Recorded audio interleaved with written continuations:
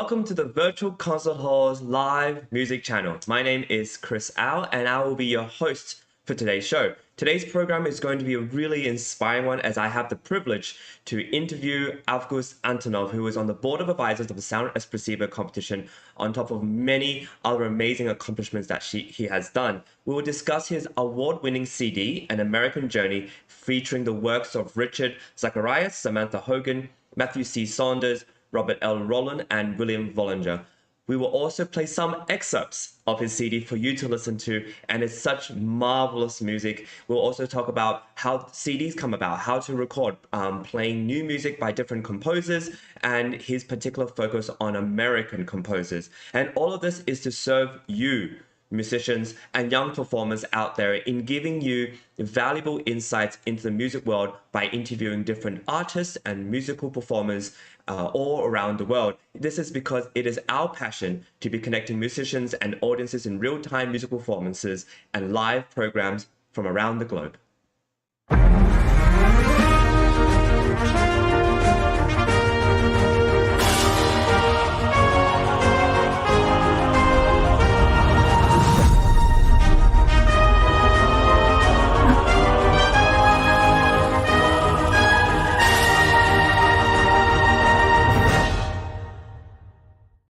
Welcome to Virtual Concert Hall's live music channel.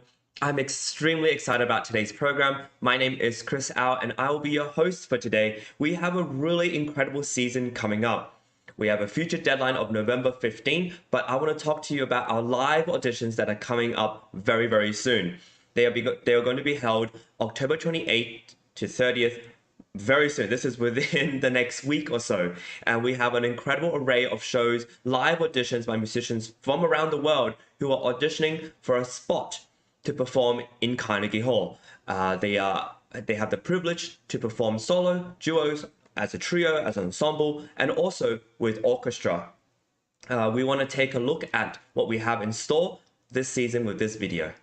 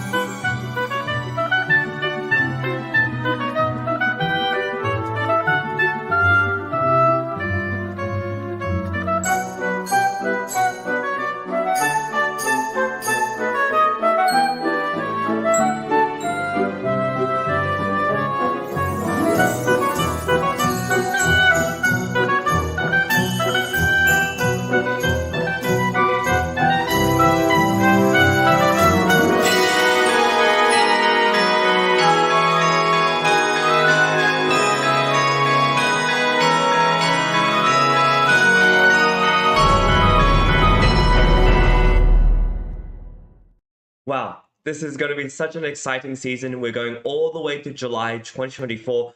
You just heard music by Alla Lowery, our composer in residence. And this is just the tip of the iceberg of what we have to offer. This extremely exciting season is something I'm really looking forward to. And leading up to our season and in between certain busier periods of performances and live auditions, we will be interviewing guest artists, musicians, judges, music promoters, and all other parts of our organization, including a Beethoven project, which we will be premiering very soon. The team at Virtual Concert Halls and New Media Productions worldwide, as well as Architects of Music, have been putting together an incredible Beethoven project where there's a documentary on all the different symphonies that Beethoven wrote. And so this is all coming up very soon for you. And we also, just as a reminder, have a show on at 12 noon Eastern Standard Time every single day in order for you to gain valuable insights in our music world. So without further ado, I want to introduce Avguste Antonov back onto the stage. You're a veteran to our show, and it's such a privilege to have you. Thank you for joining me today. Hello, Chris. It's a pleasure to be back. It's a pleasure to see you and to see how you develop working for Virtual Concert Hall. And it's absolutely a pleasure to be with you. Looking forward to our exchange. Likewise, and I respect you immensely as a musician, as a judge. I remember all your valuable insights that you gave to musicians, and I think myself as well when I was in the competition. I just want to introduce you to everybody, and feel free to add any other insights if you want. You were born in Bulgaria, where you studied piano initially, but you have also studied in France and in the US under the guidance of some of the greatest pedagogues, performers, and teachers. Avguste is at home in all repertoire with a special interest for the 20th and 21st century. He recently, this is fresh off the press, received silver medal in the 2023 Global Music Awards for outstanding achievement featuring his CD An American Journey, which we will be highlighting today for our audience. Bravo and congratulations again on this fine achievement. In April 2019, Avguste returned to France, and in September 2020 became professor of piano at the Conservatoire de Chateaubriand.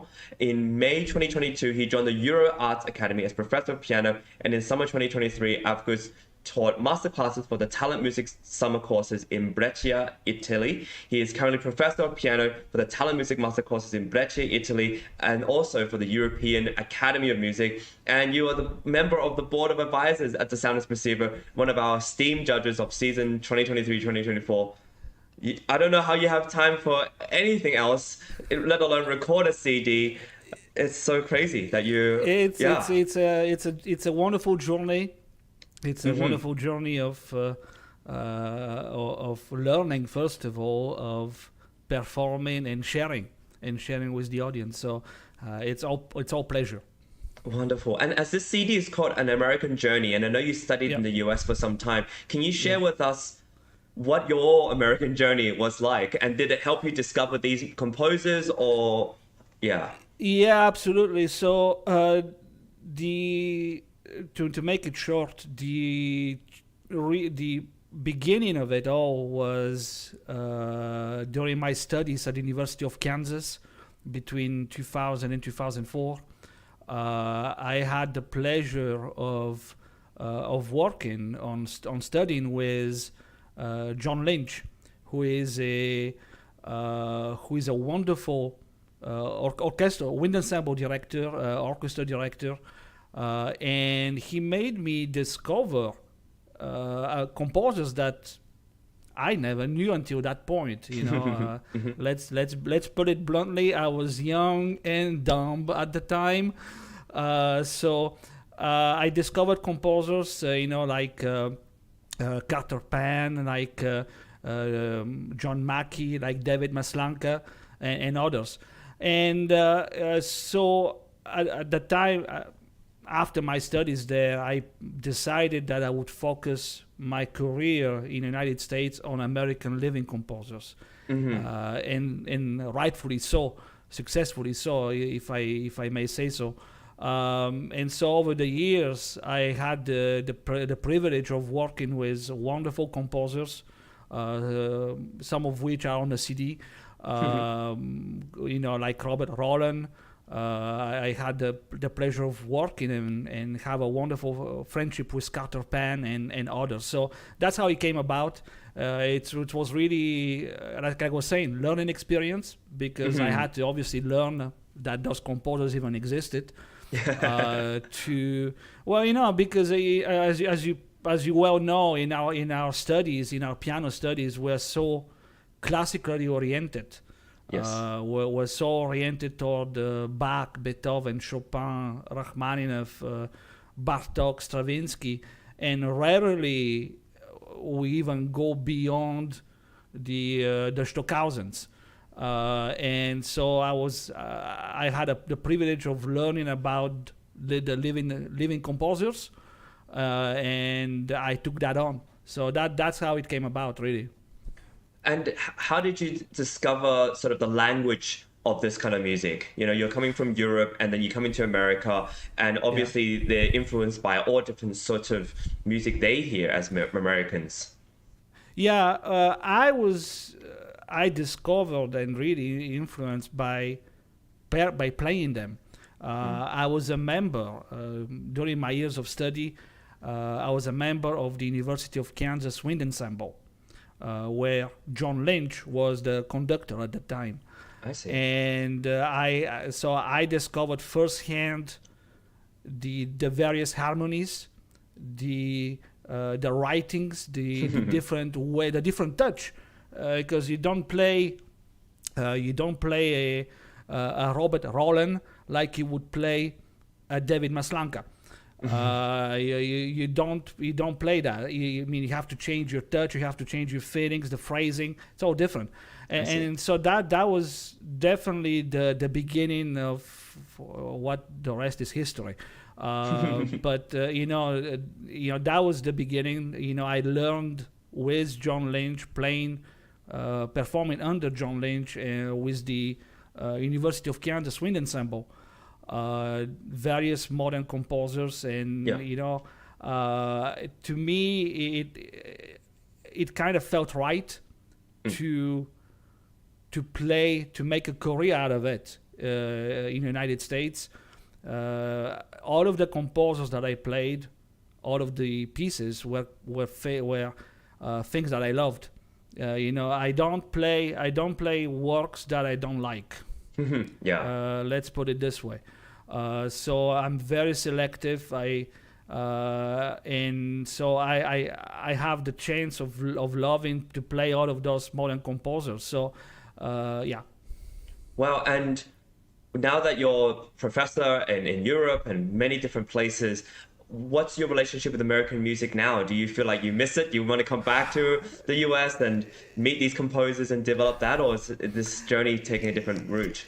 Not necessarily. I mean, obviously out here in Europe, it's a bit more difficult to promote this type of music. Primarily because audiences are not aware of those composers. Just the fact they don't know who they are. They don't know. So no, I've not given up on performing American composers, but I am more selective as to when and where and what, because I have to be aware of my surroundings. Where in the United States you have, in North America, United States and Canada, it's been made that maybe the same about Australia. I'm not sure about that, but where in North America you have societies dedicated to modern music, and they organize concerts, they do stuff to promote modern music.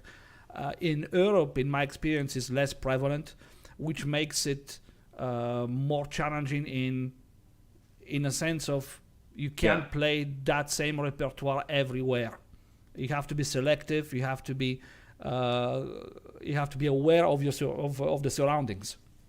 Yeah, I think one of the benefits of being in the Western world, of perhaps North America or even Australia, is there's a melting pot mentality where you could bring in music from all over the place. Even Austrian music is quote unquote foreign at some point, and then it sort of became the repertoire.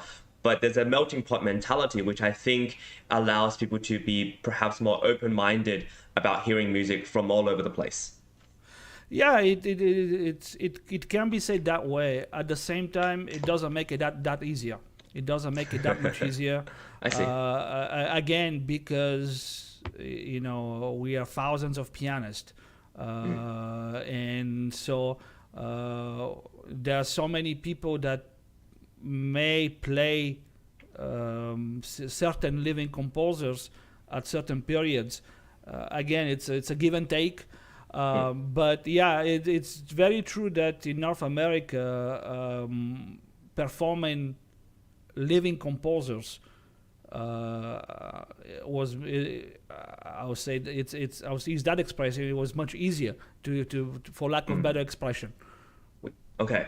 I want to pivot now to some music, and I'd love to showcase this first piece by Richard Zacharias, which you performed in your CD, An American Journey, and it's called First Romance. How about we listen to it first, and then you can tell us about it and with some fresh ears.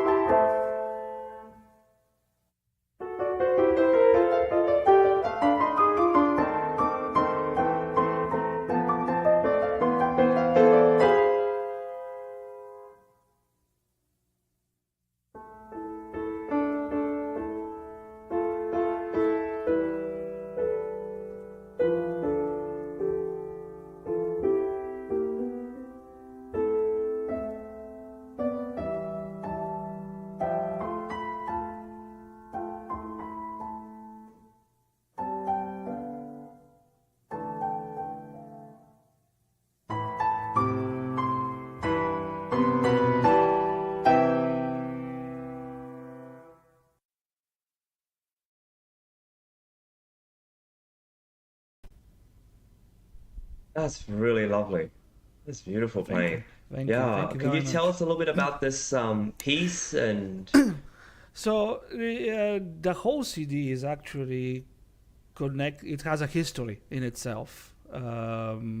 It's a history of connections, hmm and it all started with Robert Rollin, who at the time was a professor of composition at Youngstown State University in Ohio.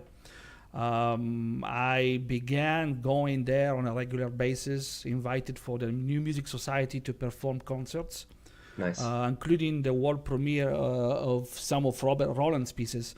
And over the years, I met various composers, students originally, who were at Youngstown State. So, for example, Zacharias. Richard Zacharias was originally a student there on composition, hmm a student with Robert Rollin. And over the years, he had sent me various pieces to consider for performance, for recording, whatever. And when I did that CD in 2013, 2014, it was the perfect moment to actually include his piece. So Richard, yeah, like I was saying, he was a student. He was a student there, adult student, obviously, and he was a wonderful composer. So it was a pleasure to record his piece. Absolutely. And did he tell you anything, or do you know anything about the title and what the piece is, the conception of the No, piece? so no. Traditionally, when composers give me music, that includes Zacharias, Samantha, Matthew Saunders, all of those guys. They give me the music and they let me make my interpretation. You have to understand that, as far as I'm concerned, and that's I'm very focused on what's written on the score. Okay. And in the case of modern living composers, traditionally, when they write their music, they are very specific about what they want, whether it's the phrasing, what is the dynamics. They're very specific, and so I do follow specifically the score. But besides that, the composers, and that includes Zacharias, gave me completely free control of the interpretation. And it's also the way of collaboration. It's my take on thing is it's my job as the performer to express to the best of my abilities what they put on paper. Yes. What they wanted to do. So it was a wonderful experience, and they let all of the composers let me free reign basically. That's really amazing. And we're gonna pivot to the next clip that I want to show because again, I love this piece of music. It's just so beautiful and yet refreshing. It's not unlike anything you're used to listening to, but yet it still retains a lot of this imagination. And it's called Cumulus Humulus by Samantha Hogan. Do you want to introduce the piece before we play the clip? Well, the one thing I would say about Samantha, so she was also a student at Youngstown State at the time. Okay. And over the years, we did build kind of a friendship.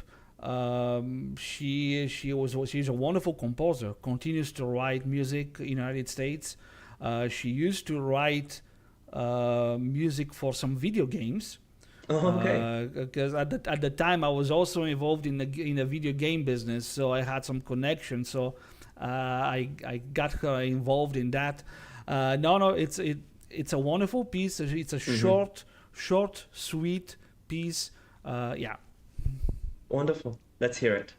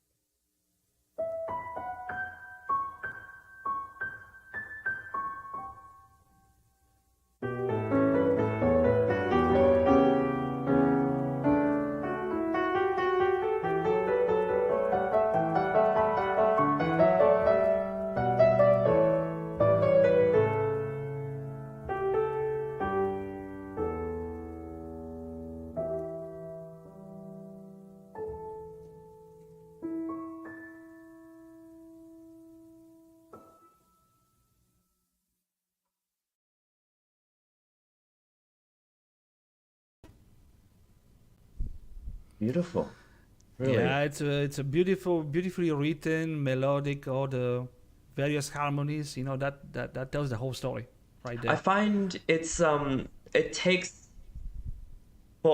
your kind of playing to highlight what Samantha's doing. I don't find it incredibly like indulgent playing. You're just playing what's in the music, and it speaks for itself. And it's not a incredibly romantic writing either. It's just this sort of very clean and beautiful encapsulated in a 3-minute piece. What are your thoughts on her language? It is.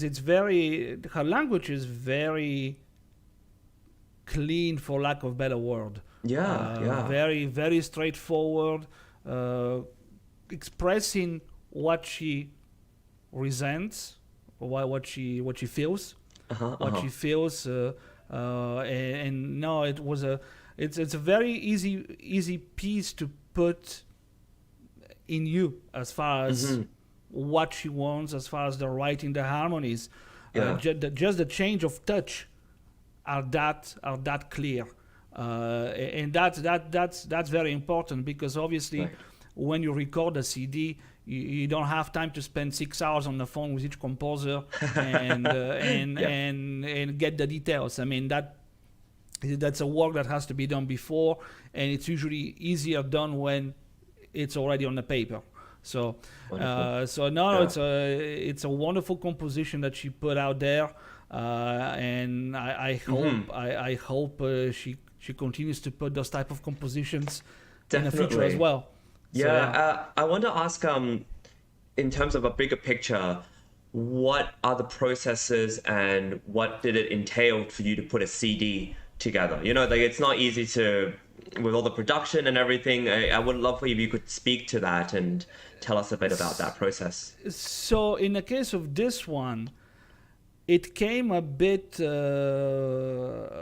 unexpectedly, in a sense that I had planned a few concerts in the New York, New Jersey, Ohio area, and with one of the composers who was hosting me at the time was William Vollinger, who is on the CD, and he introduced me to a recording studio out there, who was willing to do a recording for me to record a CD of the repertoire that I was playing during that tour.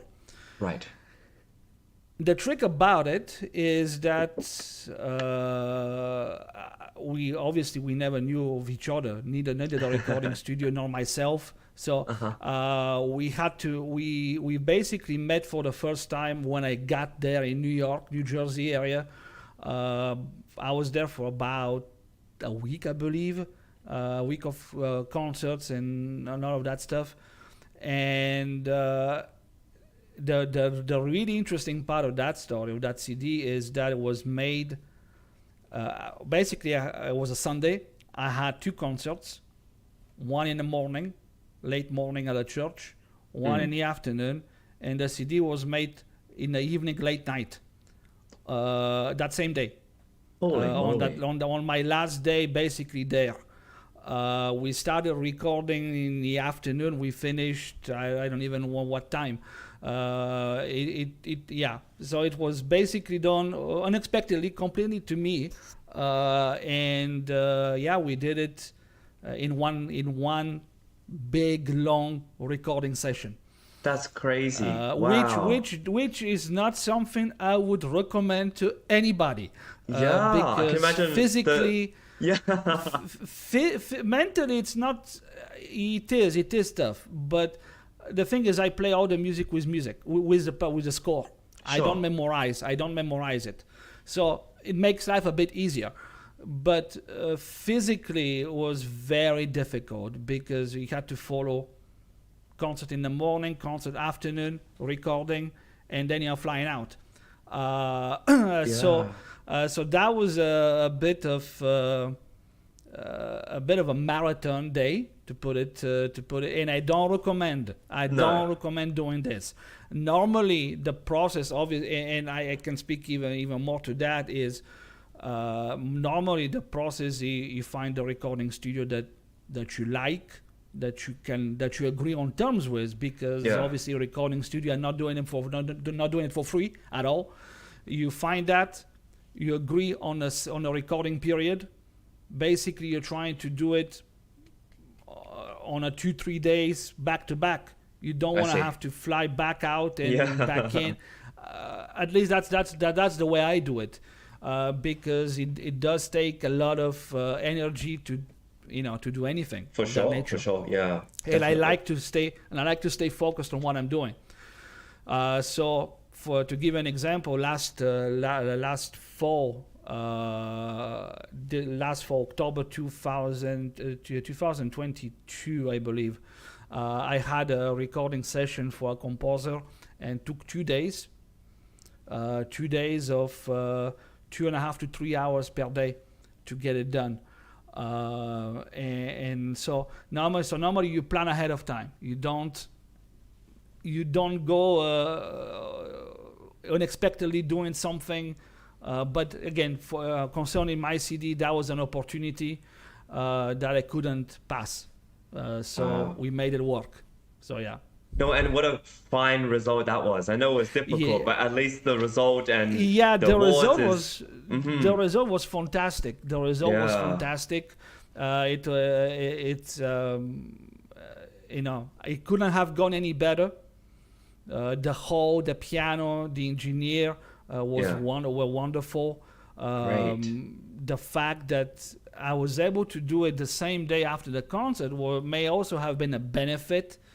In a way, everything's fresh, right? Like everything's fresh. Fresh mentally as well. In a sense that physically maybe not, or full. I had to have some Gatorade, some Red Bull for not citing different drinks, but that doing it the same day as the concert may also have been a benefit, just because I was already so into the program itself, because I had followed it two times already on that same day, and then it was a question of making the recording and editing the right things that needed to be edited, because obviously, and I'm sure people listening can know that as well. Obviously, you don't record one take and you send everything over to production. We had to get some edits done. We had to re-record some sections to mix and match. But that's no, what it was a wonderful. Exactly. Except if you're doing it live in a concert and then it got to the press. So no, it was a wonderful opportunity, and it's something I was happy to do, and hope to do some more of that. Wow. So I just want to say how delighted I am to hear your music, how just impressed I am with this whole CD and your initiative to be playing all these amazing composers. And speaking of which sort of things you're doing, you're not just a recording artist, you're also a teacher, a pedagogue. And I know you have two important things to announce and to promote, one of which is the Indonesian International Piano Competition. Do you want to speak to that? What's happening there? Mm-hmm. So basically, I can't say very much about it, because obviously it's in a process of getting announced and all of that stuff. But basically, the Indonesian International Piano Competition is a competition that originally was, the first edition was 2019, I believe. Oh, okay. And we've been talking about it for a few years.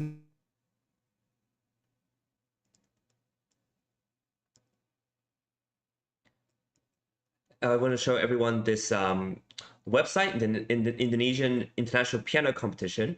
And this is going to be held July 17 to 14, 2024.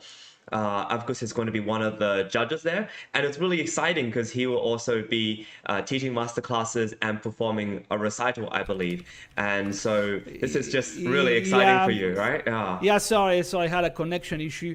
That's okay. I was just saying we were able to get this working, where I'll be going this summer there.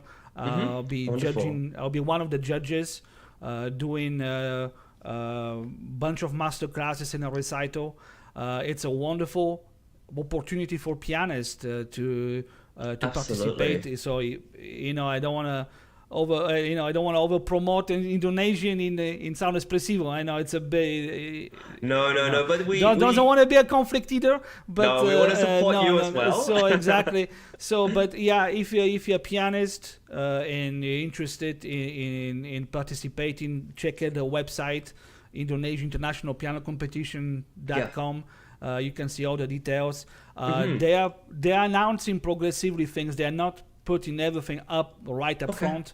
But right now, if you go on there on the website, you have the repertoires, the rules, the key dates, the application. So that's a very, very important competition for one's career. So anybody interested, sign up. Yes, and it's very exciting for you. Are you giving masterclasses there as well? And also masterclasses coming up in talent summer music courses, Brescia, Italy. So yes, absolutely. That's also very, very cool. Yeah, it's an opportunity that came up last year actually. So I did it last summer. It's a festival. It's a summer festival. That is run by Paolo Baglieri, an Italian pianist, and it's a wonderful summer festival. Basically, we're multiple teachers. We follow each other week by week. And for me, next summer, I'll be going there from the 22nd to the 27th of July. For those interested, you can check the information on the Sound Espressivo website because here's the link. The Talent Summer Music Course Festival, which I'm doing. That's right. The week I'm doing is part of the awards for this year's Sound Espressivo competition. We're giving participation awards to that summer festival, and you can check all the information on the website. Yeah, and what I love about all of this is it's beneficial for competitors to apply not only for a competition, but also for the prizes that they are able to achieve later on. And this prize of being able to attend, basically for free. You have to provide some of your own travel expenses, but Well, basically the students who are interested in that summer festival, in coming to study with me specifically that week, will only the selected students will only have to pay the administrative fee, the summer event administrative fee, which saves them quite a bit of money when we count all the expenses involved. And I think it's a wonderful opportunity. They will have the opportunity to play concerts, recitals, to participate in concerto competitions, and play with potentially with a live orchestra. So there are various opportunities that benefits those that participate, obviously. Wonderful. Well, I'm very excited. As we mentioned before, Sound Espressivo has an incredible season up ahead, and you are integral in making a lot of these things happen. So I want to give you a big hand of applause for just making sure not only are you a judge, not only are you advising us on how to progress, but also you're giving out awards and scholarships and things to support musicians who are part of us. So, I appreciate that. But, at the end of the day, one has to thank Anna. Yes, absolutely. Our lead person in this, because without her, we wouldn't be here. We wouldn't be doing this. We wouldn't be sharing our love of music, of performing, composing, whatever, with an audience worldwide over the web. It's true. Because, the truth of the matter is Anna started this during the COVID years. Yes. And those of us that were lucky enough to meet her, either in person or virtual, we're so happy to be invited to this process. I'm on a board of advisors. Yes, I do give my opinion, whether it's liked or not. I do give it. But at the end of the day, you have to thank all the people, Anna, yourself, who is so much involved with us ever since your first participation. I know, it's a funny journey. It's a great Ante, journey. The whole bunch of people that are involved. It's not just me is not just any of the judges. It's a teamwork, and I think that also helps to create those relations, which are so important. Those friendly relations that are so important to what we do in Absolutely. our day-to-day life, and obviously allows us to share with love and appreciation and give back to the industry. Definitely. And I think we are musicians who are trying to make a career and trying to build something together. And I love this collaboration spirit that we're trying to build together. We're trying to bring people along with us. And with that, this is what this competition and this whole organization really is about. It's very, if we talked about it last time we had a couple of weeks ago when we had the panel. Yes. Without Sound Espressivo, I wouldn't know you. I wouldn't know Anna. I wouldn't know Ante. I wouldn't know Franny, Igor. We can go down the list, including the judges. Some of the judges, we know each. In our business, we all hear about each other. We all hear names here and there, but you don't have the time. You don't necessarily have the time to meet the person, or to talk to the person even over the phone. And in Sound Espressivo is also that. It's a community. We may sometimes be tough in our judging, of course. but again, it's a community of artists, of performers, of teachers, of past competitors like yourself, who want to give back to the community, to the musical community, to help the new generation. Wonderfully said, really. And with that, I just want to talk a little bit just to conclude with our upcoming season. We do have a November 15th deadline to look forward to, and this deadline is for a bunch of other opportunities, including a Rachmaninoff competition, including a Sound Espressivo virtuosity competition. We decided to categorize different awards into a competition in itself so that people can showcase more heavily what they're about. So there's that. We also have a live audition series, October 28th to 30th. We're going to have so many different live auditions. It's going to be really exciting to hear a lot of these musicians who have been preparing for a long time showcase their art online, as well as on your stage. You can watch from all our social media platforms, and it's such a wonderful way to connect, to comment, and be a part of our audience. I want to give a big hand to our collaborators, our partners, people who are been there from a lot of them from the beginning and have been continuing to support us. We have new supporters out there. We have an incredible amount of sponsors who are giving new prizes and different things that really build our community. And so if you become involved with us, not only will you be involved with us in terms of performing and being on the virtual stage, but you'll also be in touch with these organizations who are thriving and trying to make money, but also develop musicians out there. These are organizations that are really dear to us and have been there from the beginning. And so I want to thank them. I also want to thank our team. Our team, as Avguste so wonderfully said, is integral in making all these productions happen. We have script writers, we have technical directors, we have producers, we have social media managers, we have script writers and hosts, and all these people who are there to make things happen. We are expanding as well. We've recently introduced a few other new names into our organization, and we're looking to expand and continue to grow along with you. We have musicians who on the back end and also on the front. We are broadcasted on all our social media platforms, which you see on the screen. And with that, thank you for everyone for joining us. Of course, I want to bring you back and say a big hand to you. Just such a pleasure to be talking to you all the time and to interviewing each time. I also learn a lot and become inspired by you. Thank you.